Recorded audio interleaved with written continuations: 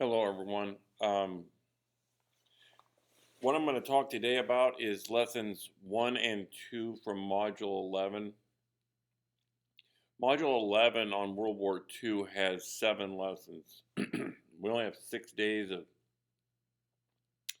uh, of school for these 3 weeks, so I had to combine 2 of the lessons, and choosing which of the 2 to combine was kind of hard, but lessons 1 and 2 deal mainly with Europe.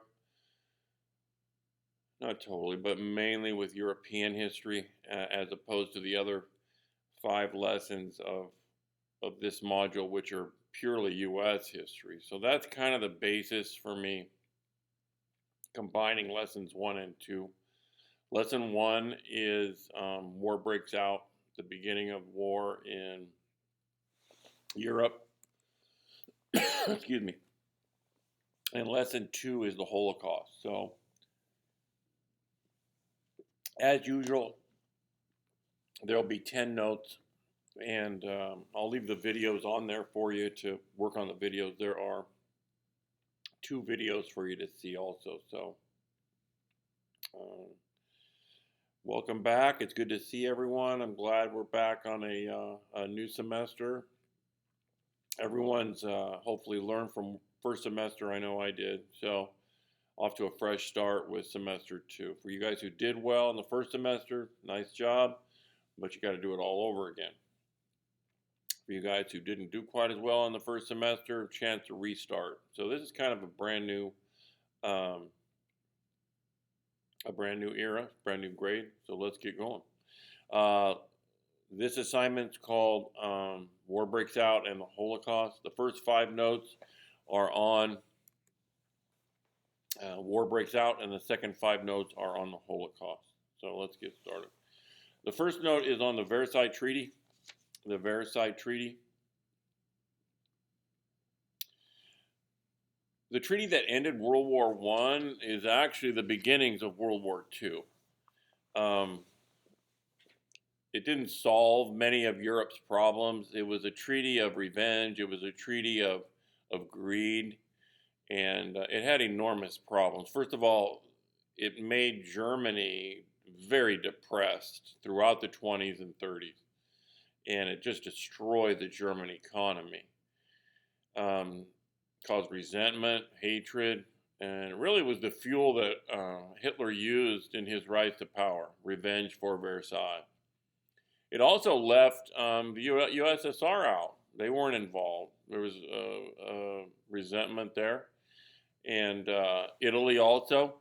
And the United States never signed this treaty. We never signed the Treaty of Versailles. We never joined the League of Nations. So, a treaty that was supposed to be the answer to all the problems after World War I just created a whole new set of problems 20 years later. So our first note was on the Versailles Treaty. The second note is on totalitarianism. Boy, that's a long word. Totalitarianism.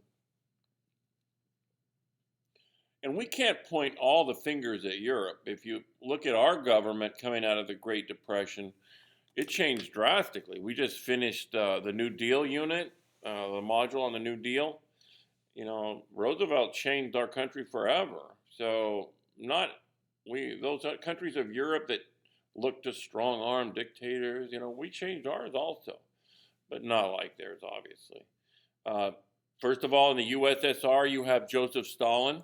Joseph Stalin emerged as a dictator of the communist empire of the USSR.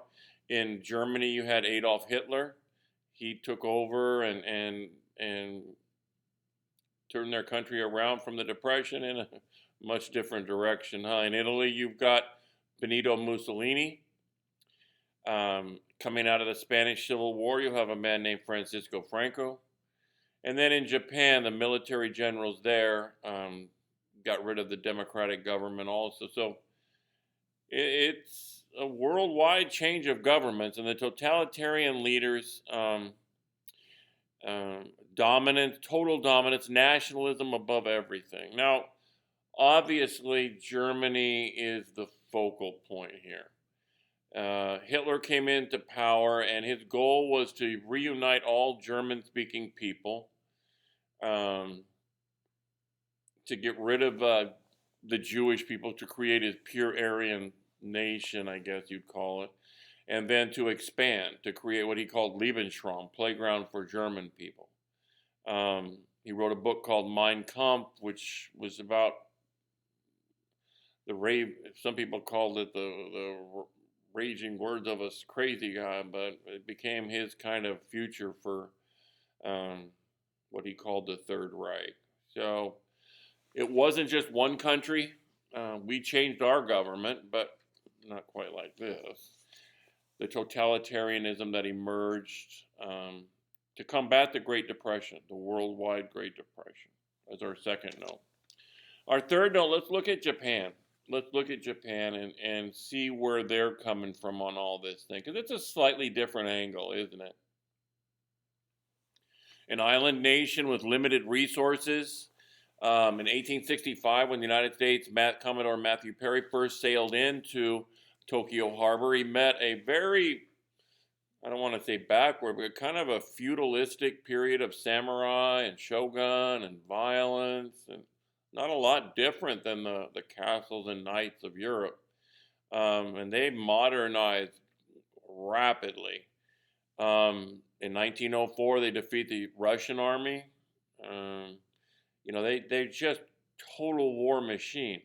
Now, what happens in Japan is they got tired of their democracy, and the military generals took over and ran a government with their emperor. Um, the 1931 attack of Japan on China's Manchuria province, Manchuria, technically the beginnings of World War II, 1931. In 1937, they expanded their attacks against other cities in China, mainly the western cities. They stayed mainly to the west, the big Peking and the big cities of the west of western China. Um, their military leadership was very streamlined, and they're content to, they wanted to be the ruler of all of Asia. And then they start to take over islands, and they wanted to be the ruler of the Pacific, and that's obviously going to come into conflict with us. Huh? Our third note was on Japan. Okay, our fourth note is on the beginnings of the aggression. The beginnings of the aggression, focusing mainly on Europe. Aggression begins.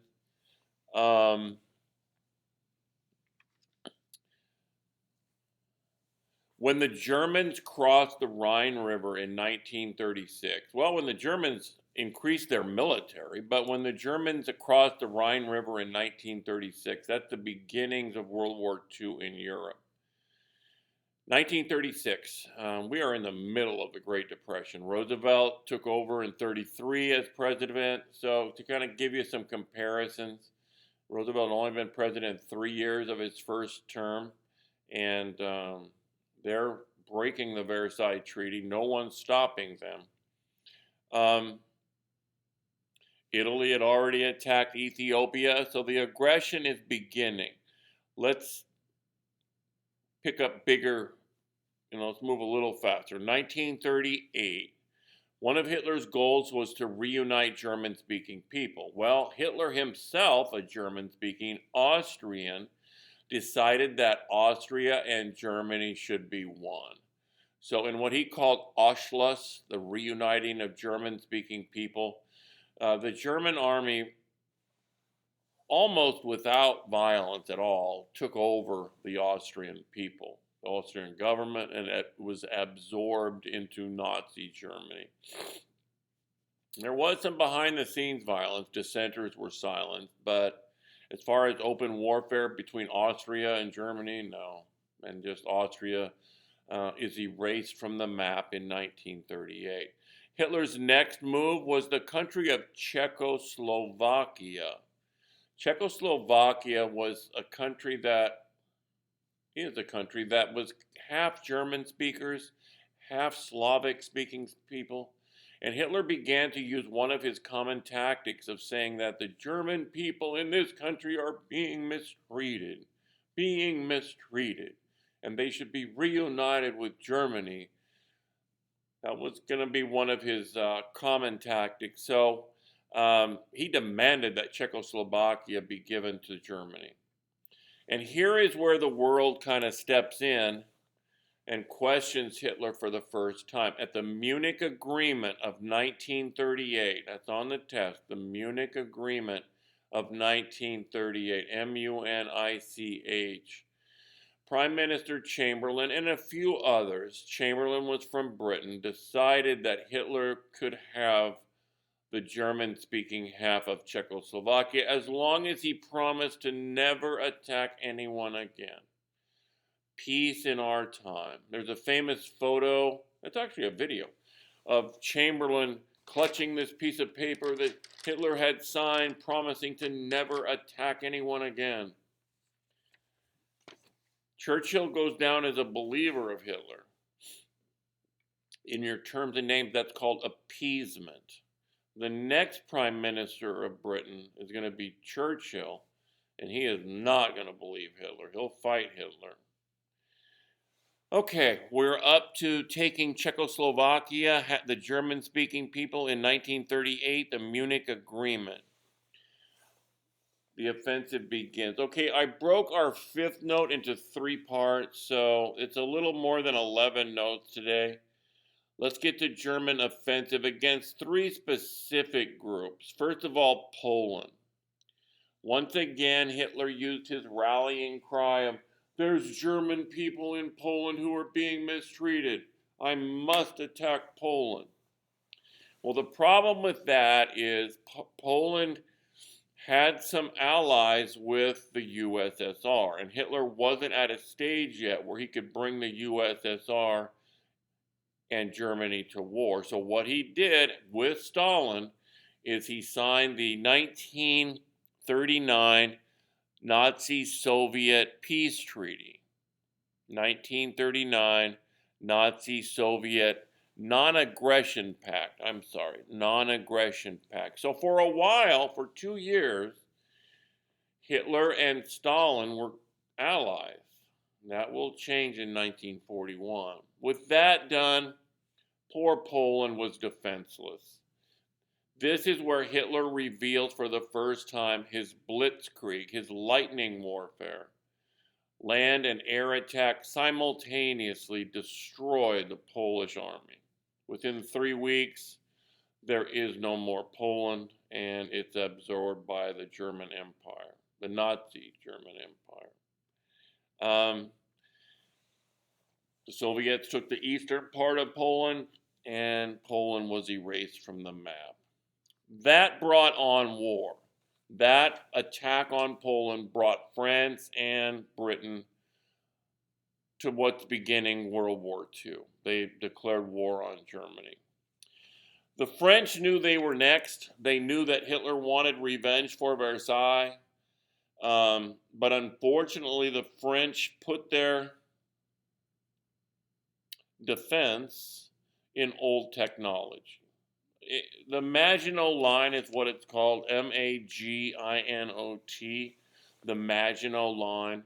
And I'm sure it was well thought out. About, 600, 500 miles of trenches, big cannons, and but it was investing in old technology. And Hitler just went around it through a place called the Ardennes Forest. Well, now the Maginot Line was surrounded by Nazis on both sides. And they were trapped. Now, here is where Hitler starts to make some mistakes. There are hundreds of thousands of French and British soldiers there who could be taken out to end it. But he didn't. He waited. So if you've ever seen the movie Dunkirk or the evacuation of Dunkirk, a lot of those soldiers survive and get away to Britain. And some of them will come back at D-Day and fight the Germans in a different way. But France fell. Hitler takes over France. The pictures of Hitler in Paris in June of 1940 are about as good as it gets for him as far as expansion. Um, what he does is he splits France in half. He set up a puppet government for southern France called the Vichy government, and a Nazi, he made northern France part of the Nazi Empire. So that's how he dealt with France and occupied France. Okay, as far as German aggression, our third point is Britain. Now, Britain posed a different problem for Hitler. An island empire and nation, the United Kingdom couldn't easily be attacked by his blitzkrieg, could it? So, what he decided to do in 1940, or up to 1940, was attack them by air. His goal was to, if you ever seen pictures of like a hurricane goes through a city or a tornado goes through, do something like that from constant nightly bombing and then send troops in. But what happens is, in the Battle of Britain, is the British Royal Air Force defends their country. They had a small plane called a Spitfire that the big German bombers just could not get away from.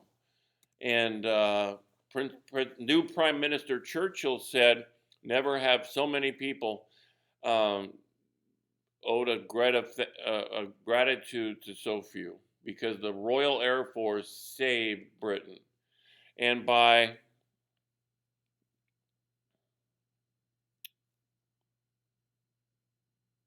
December of 1940, Hitler called off the attack on Britain, his first failure.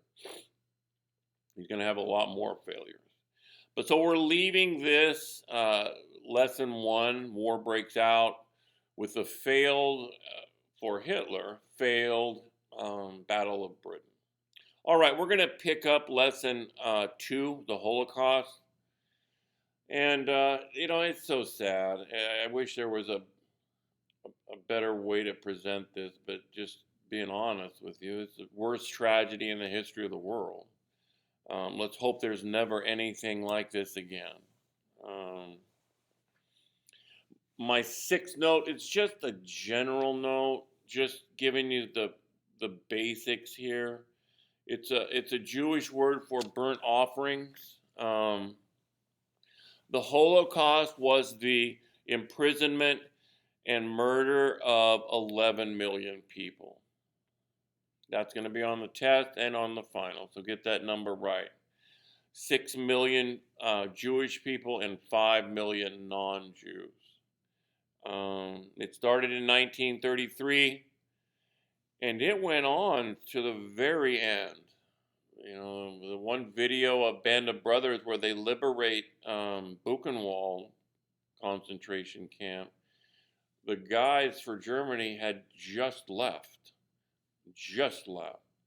So 1933 was the year Hitler really got started as far as being ruler of Germany. So he started it from the very beginning. Terrible event we're going to talk about in 4 more notes, called the Holocaust. Okay, our seventh note, Jews were targeted. Why? I don't know. I don't have any of these. Unfortunately for Germany,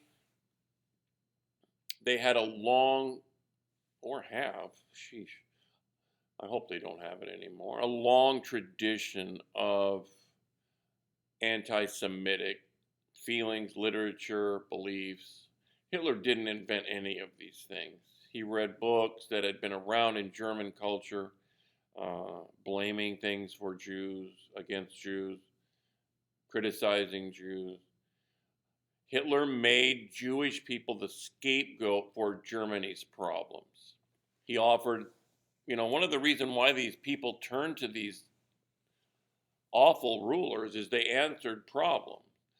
Now, their answers in Hitler's case weren't true, but he said Jewish people are the problem. That makes them the scapegoat. Um, as far as getting to actual notes, the Nuremberg laws Hitler passed in 1935, Nuremberg, essentially they're taking citizenship and rights away from Jewish people, taking away their rights that other German people have that they no longer have. So you can see that it's beginning. The terrible things are beginning. They no longer have citizenship rights. A whole bunch of other things are taken away. In 1938, Hitler moves the hatred up a little bit with Kristallnacht. There is a little bit here. A German official was killed in Paris, France. A minor German official, and it was done by Jewish people who were so upset at what was going on in Germany. But they used that in Germany to call the Night of Broken Glass, where they just destroyed everything that had any connection to a German Jew. And now the hatred, the imprisonment, the murders really began. Really began. 1938, Kristallnacht. Many German Jews are trying to get out, obviously, and some do, but not enough. Not enough. The brightest, the smartest, the wealthiest, I'm sure those types of people, like Einstein, they're getting out, but so many couldn't get out. No one would take them in. Which leads me to our eighth note. You know, I've got a saying I always use: before you point fingers, you need to look at yourself. Now, St. Louis is a beautiful city in Missouri, but this is a ship.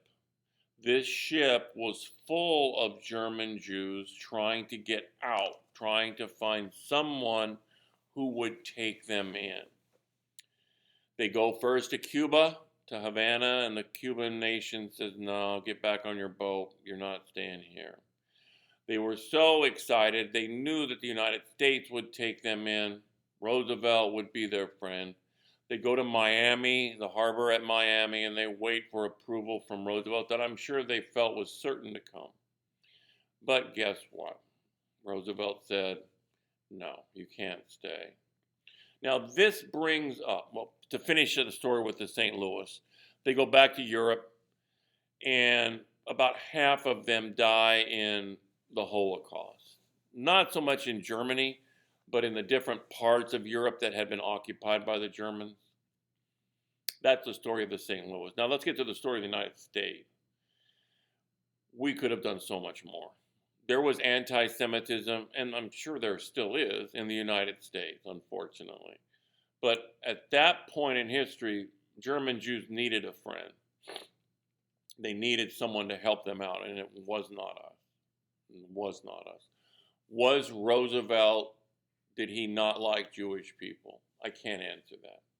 I just can't. But I can answer that he should have done more. He should have done more. What he uses as excuses are like, the best way I can help, I'm speaking as Roosevelt, the best way I can help the German Jews is to win the war. I'll let you decide. I think it's something he could have done, then he chose not to. And the St. Louis was our eighth note, and it brings up the whole issue of the United States as far as helping German or Jews from any of the occupied lands. We didn't do it. All right, let's get to the camps. Let's get this going. Like I said, they started in 1933, but you know, we already have the note on the Nuremberg laws. What's going on here, Larson? The Jews hadn't been targeted so much yet. The first camps were for political prisoners. Remember, Hitler came to power. Germany was chaos. And it was either going one way or the other. It was going communist, which would be the left, if you think about it that way, or dictator to the right. And Hitler had to fight his way to power. So these first camps were mainly political prisoners. But they obviously grow. 5 million non-Jews. Well, who were those people? Jehovah's Witness, anyone who was involved in Freemasonry, anyone who was handicapped, anyone of color, anyone who was a gypsy, anyone who was homosexual. If you didn't fit in what he considered his Aryan perfect master race, in quotes, you were going to the camps. Okay? Um, when we liberate a camp, and if you ever get a chance to watch Band of Brothers, you see us liberate a camp. It's horrible. It's awful. But it's not the death camps, the factories, because that happens. That has a little bit different story. Same terror, same torture, same death. It's just the scale is a little different. But for our soldiers, liberating those camps is terrible. Like something that affected the rest of their lives, as well as the people who were there, obviously. Huh? All right, let's get to our 10th note. He called it the final solution, but your book calls it the final stage. What happened when the Germans absorbed Poland, when they started to move into the Soviet Union, is they found more and more Jewish people. So they killed them with conventional, let's just say, guns. This was slow and demoralizing to his men. And so what they came upon was this factories of death. These big, big camps where they called them work camps. What does it say at Auschwitz, or what did it say? Work makes you free. But they were death camps. And the massive industrial murder of millions of people, Jews and non-Jews. That's what happened here. 6 gigantic ones. Now, these are liberated, freed by the Soviets. So these are the ones that when the war is over and the Soviet Union is getting revenge on Hitler, they will find these camps. Did anyone know? I can't see how people didn't know. But the official word is they were pretty well hidden. Massive death camps in Poland and Western Russia, up to 12,000 people a day being gassed, and then their bodies being burned in crematorium. Horrible. It's horrible. If you've ever seen Schindler's List, then you know what I'm talking about.